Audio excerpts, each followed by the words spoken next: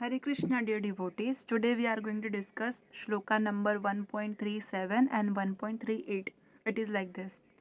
यद्यप्येते न पश्यन्ति लोभोपहत चेतसः कुलक्ष्य कृतं दोषमं मित्रद्रोहे च पातकं कथं न त्रेयमस्माभिः पापादस्मात् त्रिवर्तितुं कुलक्ष्य कृतदोषं प्रपश्यद्भिः जनार्दनः. ट्रांसलेशन.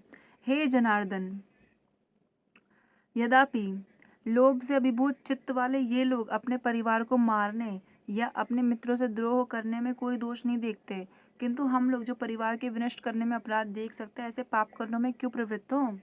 तो यहाँ पे अर्जुन जी कह रहे हैं भगवान जी से कि भगवान, ये लोग तो जो हैं लालच में पड़े हुए हैं और लालच ने इनकी आंखों पर ऐसा पर्दा कर लिया है कि ये लोग अपने परिवार को मारने में कोई दोष नहीं देखते हैं। पर हम भी इनके जैसे क्यों बने? ये तो बुरे हैं ही, ये तो गलत काम कर ही रहे हैं। पर हम लोग जो सत्व गुण में हैं और हम देख पा रहे हैं कि अपने परिवार का विनाश करने में कोई फायदा नहीं है और इससे सिर्फ हानि ही होने वाली है। 11 अक्षुणी लोग मरने ही वाले हैं और हमारे भी जो 7 अक्षुणी सेना है वो भी मरने वाली है और इतने सारे लोगों के साथ बुरा होने वाला है। तो जब हम ये सब देख सकते हैं तो हम भी इनके जैसे क्यों करें? हमें क्या ज़रूरत है? अगर हम समझदार हैं और ये लोग बेवकूफ़ है तो हम अगर बेवकूफ़ लोग लड़ाई करना चाह रहे हैं पर हम तो समझदार हैं, हम क्यों लड़ाई कर रहे हैं? हमें तो लड़ाई नहीं करनी चाहिए। तो ये क्वेश्चन जो है वो किससे कर रहे हैं? भगवान श्री कृष्ण से कर रहे हैं। अब देखते हैं आगे। श्रील प्रभुपाद जी द्वारा तात्पर्य श्रील प्रभुपाद जी की जय। क्षत्रिय से ये आशा नहीं की जाती कि वह अपने विपक्षी दल द्वारा युद्ध करने या जुआ खेलने का आमंत्रण दिए जाने पर मना करे।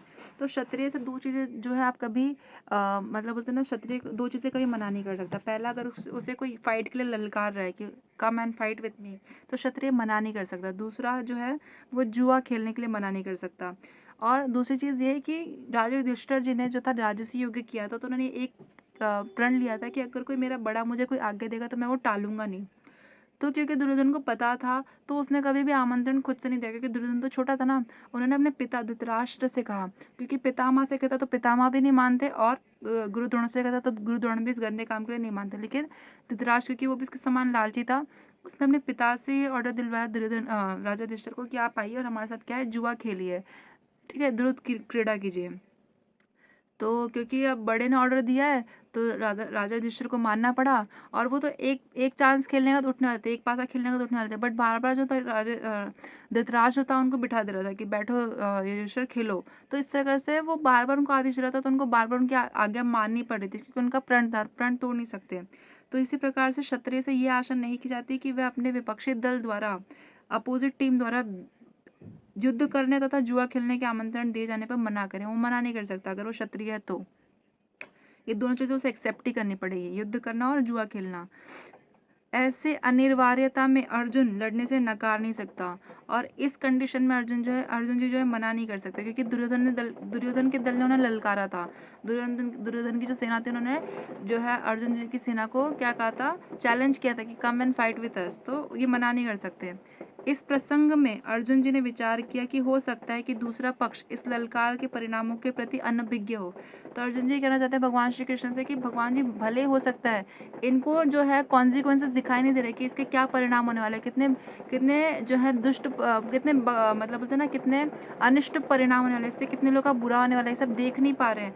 लेकिन हम तो देख पा रहे हैं ना, और ये लोग नहीं देख पा रहे, इसीलिए लोग जो है इस चीज़ में इतने इन्वॉल्व हो रहे हैं कि लड़ना है। पर हम देख पा रहे हैं तो हम क्यों इसमें पैर रख रहे हैं? हमें तो दिख रहा है इसमें कोई लाभ नहीं, इसमें सबका सबकी हानि है।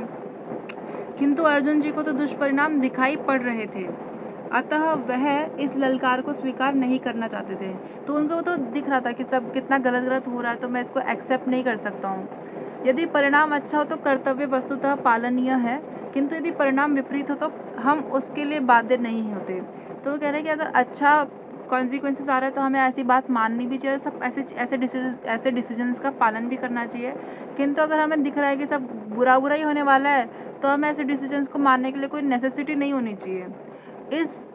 इन पक्ष विपक्षों पर विचार करके अर्जुन जी ने युद्ध न करने का निश्चय किया। तो उन्होंने इन सब चीज़ों को एनालिसिस करने का डिसाइड किया कि मैं फाइट नहीं करूँगा। तो यहाँ पे जो है एक और चीज़ आती है, वो ये है कि हमें ये पता होना चाहिए कि जो पाप है उसके फादर कौन है, मतलब पाप का फादर कौन है जो पाप करने के लिए हमें प्रेरित करता है, ऐसा कौन है जो हमारे मन में आते तो हमें पाप कर लेते हैं हम। तो एक बार एक राजा था, इसके लिए एक स्टोरी है छोटी सी। एक बार एक राजा था, उसने अपने नगर में क्वेश्चन जो है क्विज की तरह फैलाया कि मुझे बताओ कि पाप का बाप कौन है, और जो भी मुझे इस आंसर का पता बताएगा उसको मैं बहुत सारा धन दूंगा। तो एक ब्राह्मण था, गरीब ब्राह्मण, उसके घर में उसकी बेटियां थी जिसकी उसको शादी करनी थी और उसके पास कोई धन नहीं था।